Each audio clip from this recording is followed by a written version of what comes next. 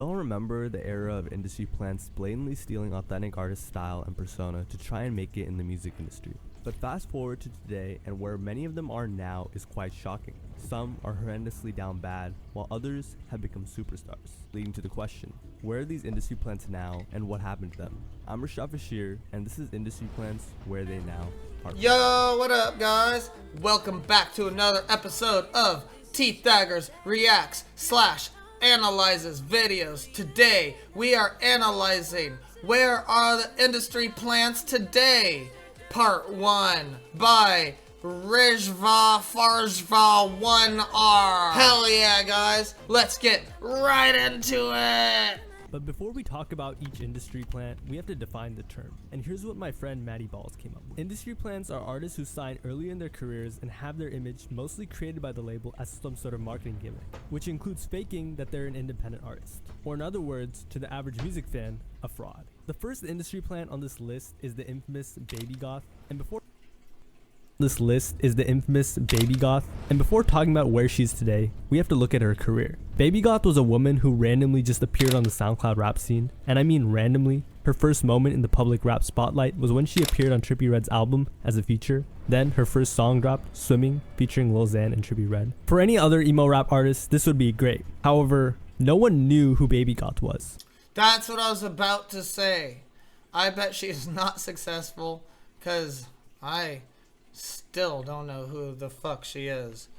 And by their definition of industry plant, maybe I believe in it. But every time I look at these so-called industry plants, they fucking have like at least like a year of work that they've been working on.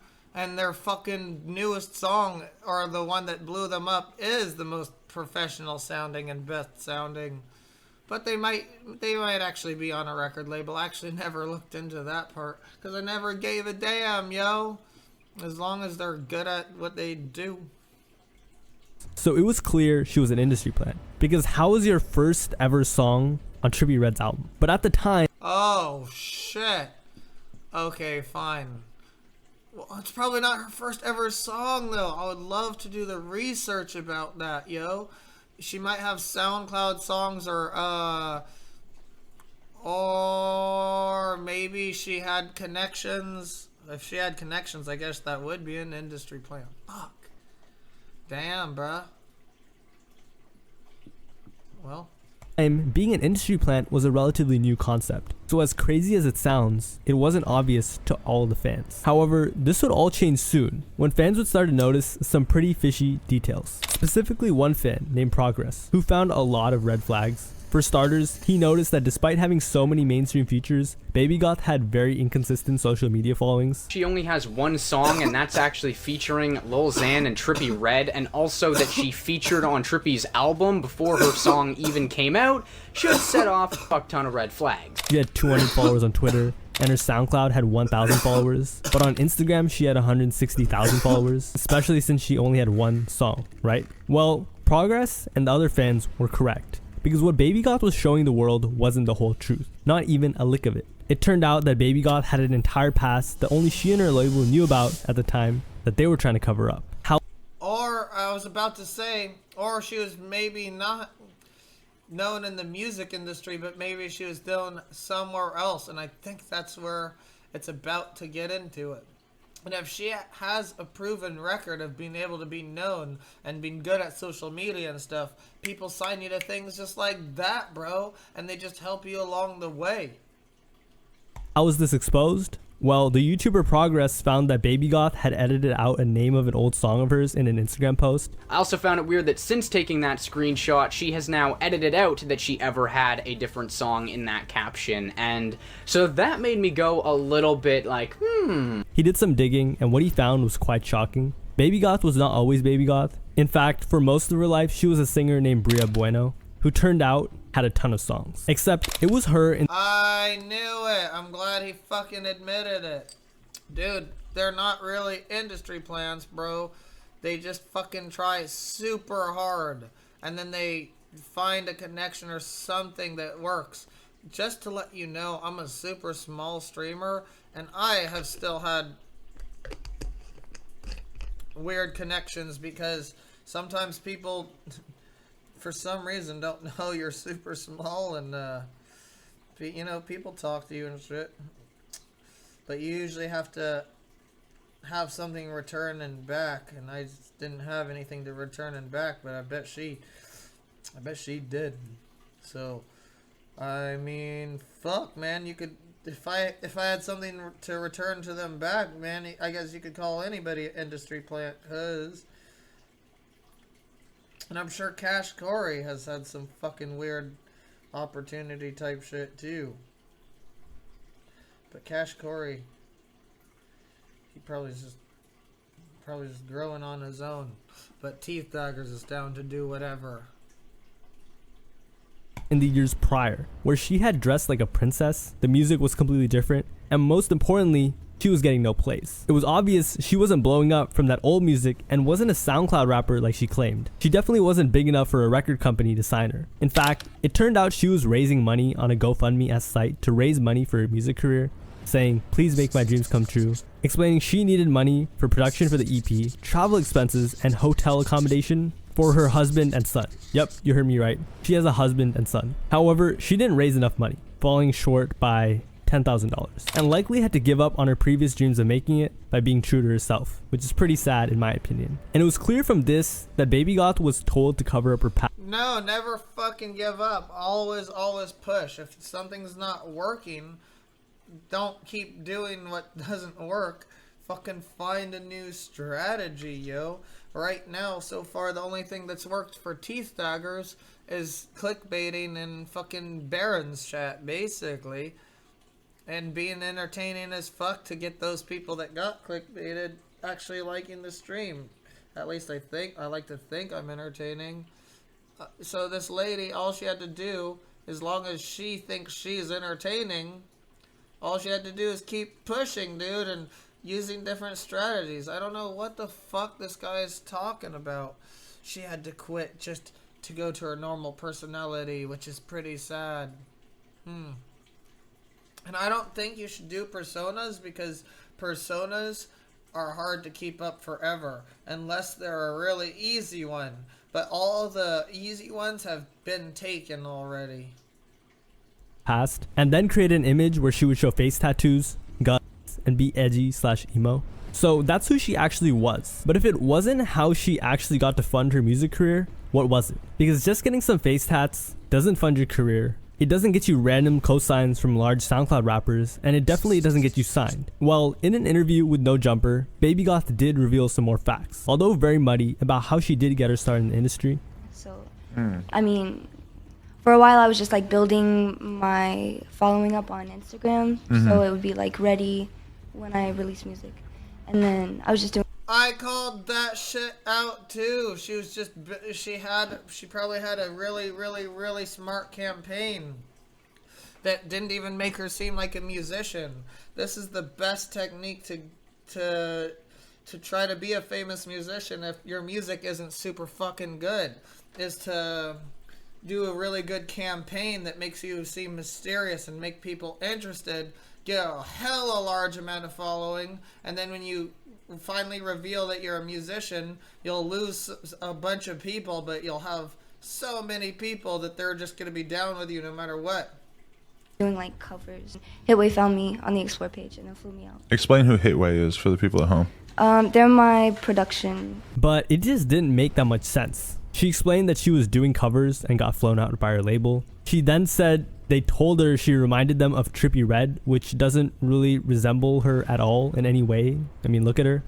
But Admin22 also asked her about her industry connections, because how do you just get a Trippie Redd and Lil Xan feature? Keep in mind, Lil Xan was very big at the time. So she explained that her and Trippie had the same audio engineer. Well, dude, if he's trying to press her and saying you're an industry plant, this is how industry plants get successful, is they keep getting pressed. And I bet the industry plants know that that's how it works. So she's like smiling, saying, my plan's working. Engineer. So, okay, so me and Trippie have the same audio engineer. And her manager just knew Xan. So it's safe to say this did not clear the air at all. However, the recording group who got her signed and management did. even if it was by accident. You see, after the YouTuber Progress made a video on Baby Goth, they falsely striked the YouTuber Progress's video and started threatening him, which I won't go into here. However, they did agree to some calls. Whoa, that should be a fucking video that I make. That would be an interesting video about how a rapper was false copyright striking people. An industry plant, false copyright striking people. Where we learned some pretty shocking information. First, they admitted that they had intentionally covered up Baby Goth's past. And because of that, the label was upset that I let that out. She does have kids. It's obviously people know that.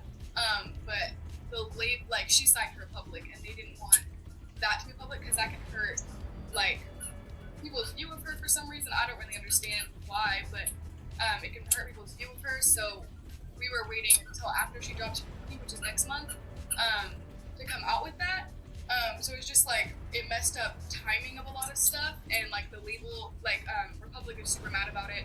So they're trying to make us take it down. This was cool, but it was more of an admission of guilt. What came next was pretty shocking. The first thing the manager said was that Baby Goth had absolutely no personality, so he had to come up with a fictitious persona himself. And although I think he did a pretty bad job, it definitely worked. You could definitely kind of tell that she did have a personality, but it was like what she wanted it to be. And it's like his perspective that she didn't. What he meant is she doesn't have a personality that like he thinks could be famous, because what she was doing before, wearing dresses and stuff, wasn't working. But so you can't say she doesn't have a personality when she was trying to be a solo artist singing. Most everybody tries to rap. She's like, no, I'm gonna sing, I'm gonna wear dresses. And she was doing a bunch of things because of her personality that weren't working, because she was basically not doing what was popular, which means she had her own personality. What was happening here is she was nervous and she couldn't fucking talk because she was getting thrown into the industry a million miles an hour, and she didn't have a personality that would be poppin', he thinks. It's a whole perspective thing. Worked, and this was his reasoning. And I made Baby Goth, right? Alright. This is the real story, right? At the end of the day, a lot of these artists are not what you think they are, right? You know? Baby Goth talks about all this cool stuff and women's rights and all that shit. That bitch ain't nothing like that, right? First thing I did, because I know that bitch like a potato. She has no personality. So I was like, since a person can't speak, you gotta make them look cool, right? So we get a cool name, right? She not goth, but the goth wave is popping. So he's like, fuck it, let's do the goth thing, you know what I mean? Yeah, and she talks like a baby, so I put Baby Goth together, right? So that's how I came up with the name at the end of the day, right? And then what we did was, it was easy. All we had to do. Yo, this is fun. This background music is from fucking a game like Path of Exile, or maybe even Elder Scrolls, like the one we were just playing. Holy fuck, I know this game background. Or is it World of Warcraft? Holy fuck, dude, this is from a fucking game. Or Overwatch, one of the fucking games I play, yo. We get face tats. Chat, what game is this from? Like, I know it's from a fucking game. Diablo? Because all these artists got face tats, right? So you build an aesthetic, you build a brand, right? So when she walks into the office, she looks cool. You know what I mean? That's all labels want. And in the end, he admitted Baby Goth's music was trash. But that wasn't the point. He just wanted... Wait, all labels want is somebody who looks really cool? Fuck, that's why I gotta get a face tattoo. Once I make YouTube or Twitch an official career, I can finally get a fucking face tattoo of my Twitch name under my eye or something. to finesse the label. And if we're being honest, he did. So props to this guy. This was very interesting as it was an inside view on what went on behind these management's heads and their thought processes. With Baby Goth, it was frightening. It was clear she was just a lick to this guy. He had no interest in ever helping her career. She has no personality, yet he put her in a bunch of fucking videos. I mean, interviews. And they wouldn't have her in interviews if she wasn't saying some type of shit. I don't really believe that guy.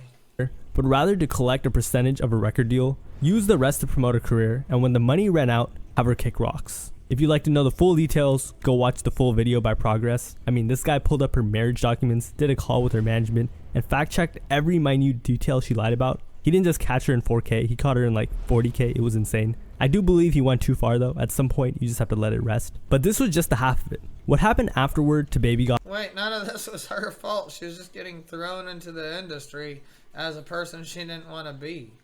Was even worse. After this debauchery of her being exposed, she was still connected with Wiz Khalifa. She got a Genius video, she dropped a song with Slim Jimmy, but it was all too late. To fans, Baby Goth was a fraud. And worse, everyone started agreeing her music was trash. Later, she would post screenshots as a cry for help, basically admitting she was depressed, and it was clearly because her music career had not gone the way she thought it would, which I can't help but feel bad for. But that was still in 2019. What happened after that? From 2020 and beyond, Baby Goth just fell off of a cliff. She didn't post at all. However, in 2022, she did return with an announcement saying, "After 2 years, I'm finally dropping. Thank you to everyone who stuck with me throughout my absence. I've gone through so much." And it seemed like she actually was going to drop music, because in another post she wrote, "Run up the comments, show my label how y'all are ready for this music, swipe to hear a moment from one of my new songs." Unfortunately, no music ever came. And after that, it was pretty clear what had happened. It seems like after the catastrophe of a career she had, post 2019, Baby Goth was shelved by her label.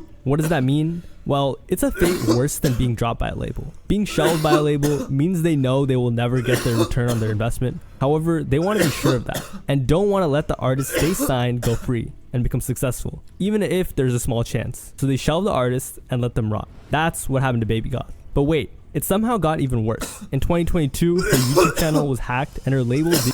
Wait, why wouldn't they just want her to try to be successful? Because any money she makes would be beneficial.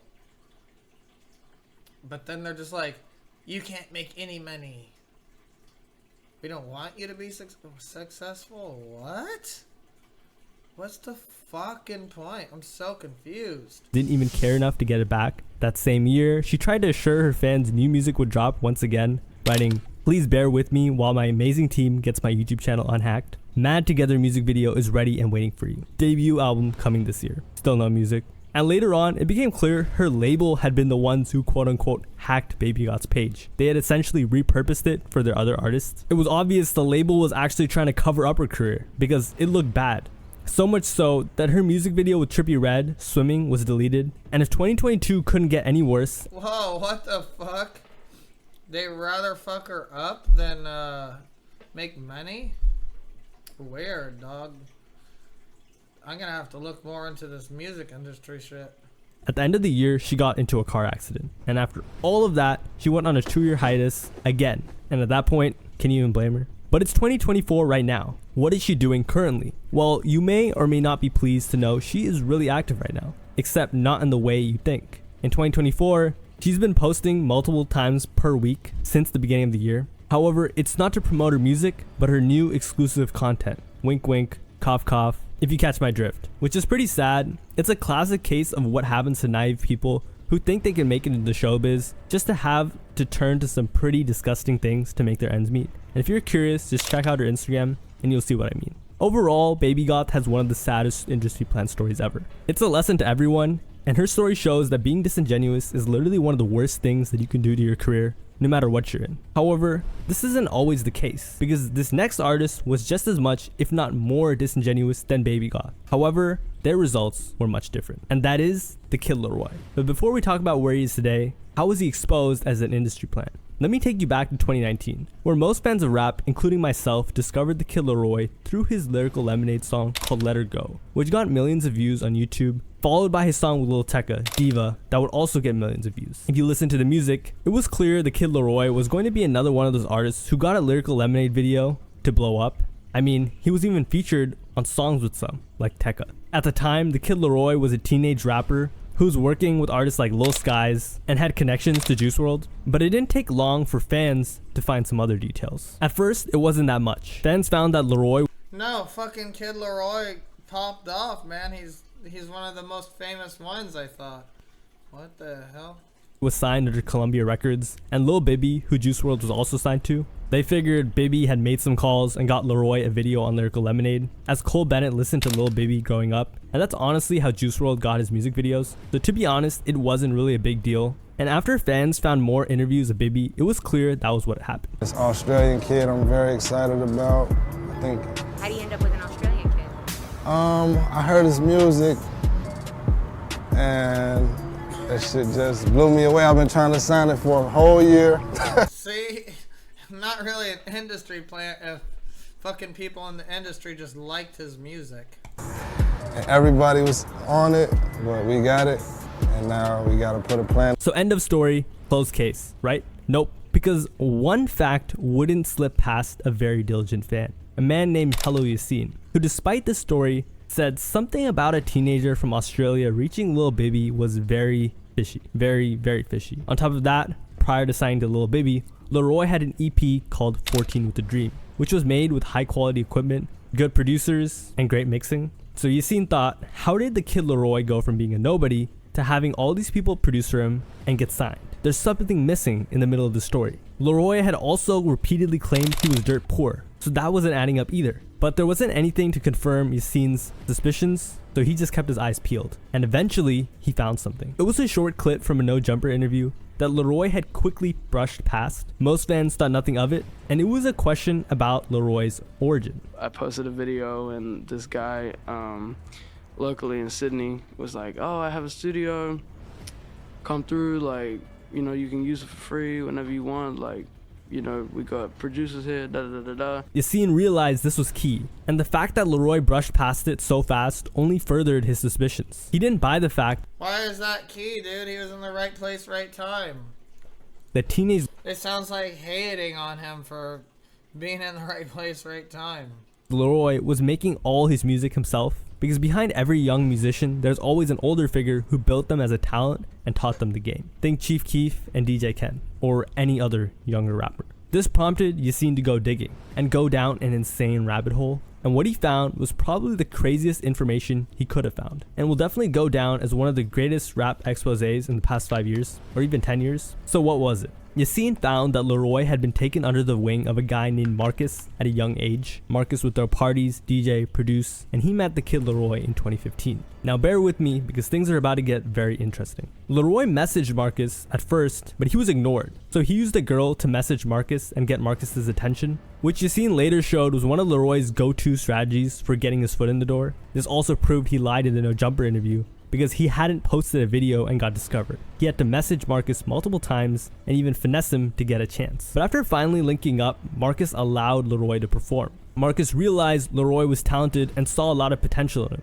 and decided he would take Leroy under his wing. From then on, Leroy and Marcus became best friends. He called Leroy his artist, and every weekend Leroy would come to Marcus's house and record music with them. He'd eat, sleep, and record there. But that wasn't all. Marcus also single-handedly was responsible for shaping Leroy's sound. At the time, Leroy only knew how to rap and wanted to rap. However, Marcus realized that rap music was changing, and it wasn't going towards lyrical rap, but a more melodic style of rap. So as the big brother figure he was, he taught Leroy how to use autotune and make melodic music so he could succeed. Leroy was very against it, but he tried it out and it was a huge success. Marcus was even going as far to write music for Leroy. At that point, he was so invested that he had taken a year off after high school solely to develop Leroy.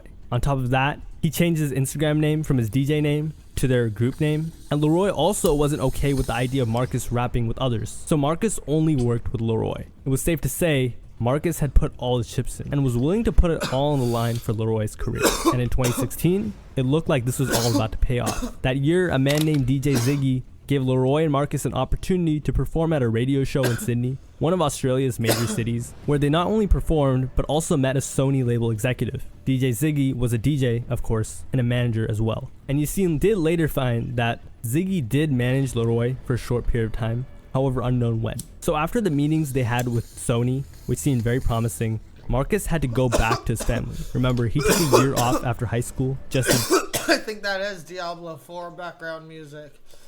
Login background music. Develop Leroy. So he had to explain to his family that things were finally going to work out. Marcus thought that Leroy was going to go back home with them. However, Leroy's mother explained they were going to stay for a bit longer. Marcus then asked her how they were going to put music out as a duo, and she said, don't worry about it. She would just record the vocals and send them to Marcus. Okay, great. So Marcus thought it was all good and left. 2 months passed, Marcus didn't hear from them. Did Leroy stop recording music? Probably not. So what happened? At some point in Sydney, the Sony executives took Leroy aside and told him he didn't need Marcus. He was the star, he was the talent, and he should ditch Marcus and become a solo act. Of course, his mother agreed. After all, Sony had better producers, engineers, better everything. Whoa, that's what always happens though. They ditch the first people who bring them up. But they kind of have to if they want to grow in life. Period. Marcus couldn't even come close. So why not just cut him out of the picture altogether? Why split the fame, money, and all your Oh, he could have brought him up though. success with someone who wasn't essential? I mean, all he did was be one of the sole reasons you're even in this position in the first place, right? It's not a big deal. And I guess you can't really blame Leroy and his mother. They were in a very interesting position, but the lack of loyalty is pretty messed up. They couldn't even make him Leroy's DJ. So Leroy had just used Marcus as a stepping stone and left him behind. With his new people at Sony, Leroy recorded his 14 with a Dream should have fucking made him the DJ when he went on tour for sure.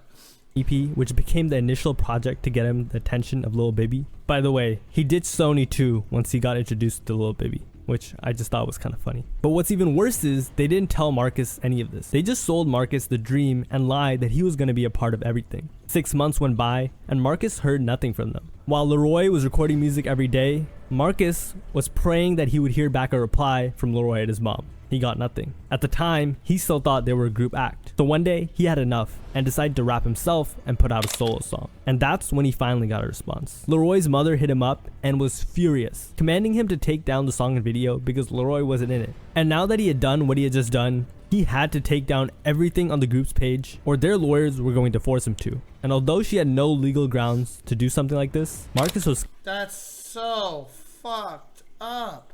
They weren't even in the same group anymore. And now they're stopping him from his own career. Oh my god, I don't like Kid Leroy anymore. Scared and obliged. And that's how all of this got erased from the internet. At this point, Leroy was already signed and him and his mother were getting money from Sony. So Marcus was no longer needed. Ziggy was the new Marcus. And Leroy decided he would just lie that he had done everything himself until then. But to be fair, Leroy was just a kid who was acting in his best interest. That was literally my goal for like the last 2 or 3 years, was just, I want to get a video with Cole, So this was some pretty crazy information. It proved that Leroy had faked his origin story and basically lied to everyone. However, it wasn't everything. And I guess Leroy and his team realized they already looked really bad, so they had to put a stop to it before things really got out of hand. Their plan of action was to do the same thing they had done to Marcus, but to Yassine. Erase him from the internet. Days after Yassine's video had been posted and got a decent amount of traction, Leroy's label issued a copyright strike taking down Yassine's video forcefully, and it was falsely issued. Afterwards, Leroy's main producer at the time, Han... Yeah, but if they falsely do copyright strikes, that means the person who falsely issues it, their channel gets taken down. So wouldn't it be crazy if YouTube actually enforced their own rule right there and fucking took that, got those people's, that record label's channel down? Holy shit.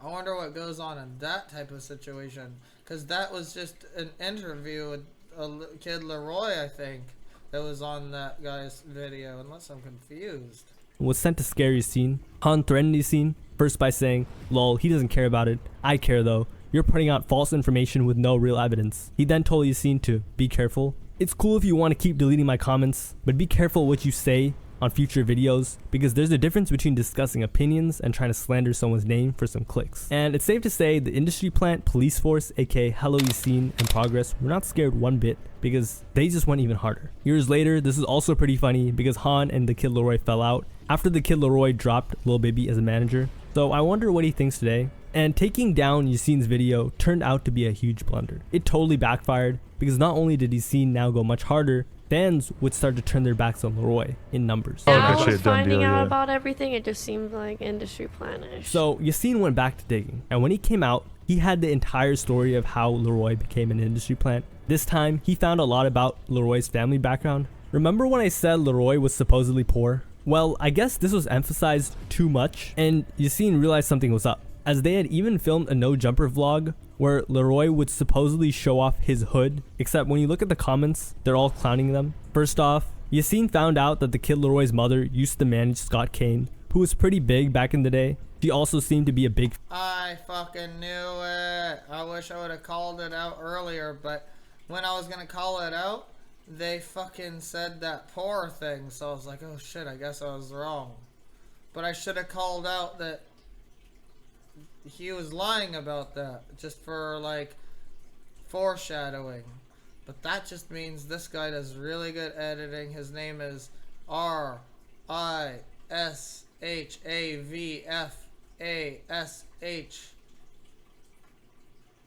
whatever, R1R. Great editing. fan of the Kardashians and idolized Kris Jenner, which explained why she was so on board with the Leroy going all in on his music career. He found a lot more about her, but I'm going to leave it at that key info, just enough for you to get the story, out of respect for Leroy and his mother. However, what I just told you about his mother doesn't prove Leroy was rich, right? Just that his mother had big industry connections. But everyone doesn't just have a mother, they also have a father. And something about Leroy Yassine found was that he would never mention his father. Why? What about him? Do they not have a relationship? Well, it was because his father was the definition of someone massive in the music industry. His father had worked with Jay-Z, Nelly, Fat Joe, and more. If you don't know, those are some of the biggest rappers from the 2000s. And his father was definitely a... Whoa, Kid Leroy would have been way better, better off if he was like, yeah, my dad is this. Maybe he did fall off. I thought he was still fucking popular. very wealthy man. But hey, maybe his father wasn't in Leroy's life, right? Nope. Leroy was very close with his father, and he went to a private Catholic school definitely paid for by his father. Yassine even found out that Leroy's dad owned a boat. On top of that, Leroy's father was constantly sharing posts showing love to Leroy. And the kid Leroy could play guitar. Who taught him? His father. But to be honest, his father just wanted the best for his child. He was probably on board with the idea of not being mentioned for the sake of Leroy's career, understanding how crucial the rags to riches story was in Leroy's blow up. So, where is the kid Leroy now? Well, after getting signed to Bibby, Leroy was touted as Juice WRLD's protege, and after his passing, the second coming of Juice. The thing is, it didn't work that well. Sure, the kid Leroy has become huge today, but while he was pursuing the emo rap track, Juice WRLD fans hated him with a passion. The reason? Because it was blatantly obvious that the kid Leroy was an industry plant and that Juice WRLD's ex-label and management were attempting to turn him into another cash cow, just like Juice WRLD. The Juice WRLD fans really hated him, openly admitting to it, saying things like, just don't like how they pushing out of him, he's not all that. And I think his music is alright, like he just isn't on Juice's level and shouldn't be on songs with Juice. I think he ruins them. However, afterwards, Leroy ditched Lil Bibby and Grade A, likely over how large of a cut they take from their artists. Then, Leroy became managed by Scooter Braun, who famously manages Justin Bieber and Ariana Grande, dropped a single Stay featuring... How is it so easy for him to get out of these contracts when people like Lil Wayne are like, I can't release music, I can't get out of the contract. Lil Wayne's way better than this guy with way more money. How can Lil Wayne not get out and this guy can? Featuring Justin Bieber, went number 1 on Billboard, went number 3 on Billboard with Miley Cyrus, and was also nominated for not 1, not 2, not 3, but 60 music awards, 2 of which being the Grammys and one about 16, and he's only 20 years old. So it's safe to say the kid Leroy is not a failed industry. He's a successful superstar who's managed to come out on top, and it really shows you how tough... Oh, even with all that shit. Damn, he kept fighting past it, dog. That's what I'm saying. That's what I fucking was saying, dude. You just have to keep fighting past it like this little baby, whatever her fuck, goth baby. It really is to make it in the music. She didn't keep fighting it she didn't fight past it. This guy did. Music industry, as his story isn't fully over either. However, this sort of picture-perfect story doesn't always happen. In fact, it usually doesn't. And there's no clearer case than the next rapper on this list, Jumex. Hell yeah, guys. If you like that video and you want to watch the rest of it, go to YouTube and type in Where Are the Industry Plants Today by R.I.P.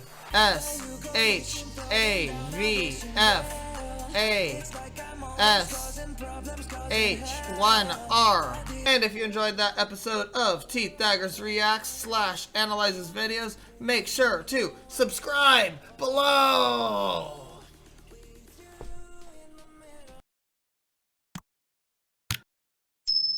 Find me at twitch.com/Teethdaggers.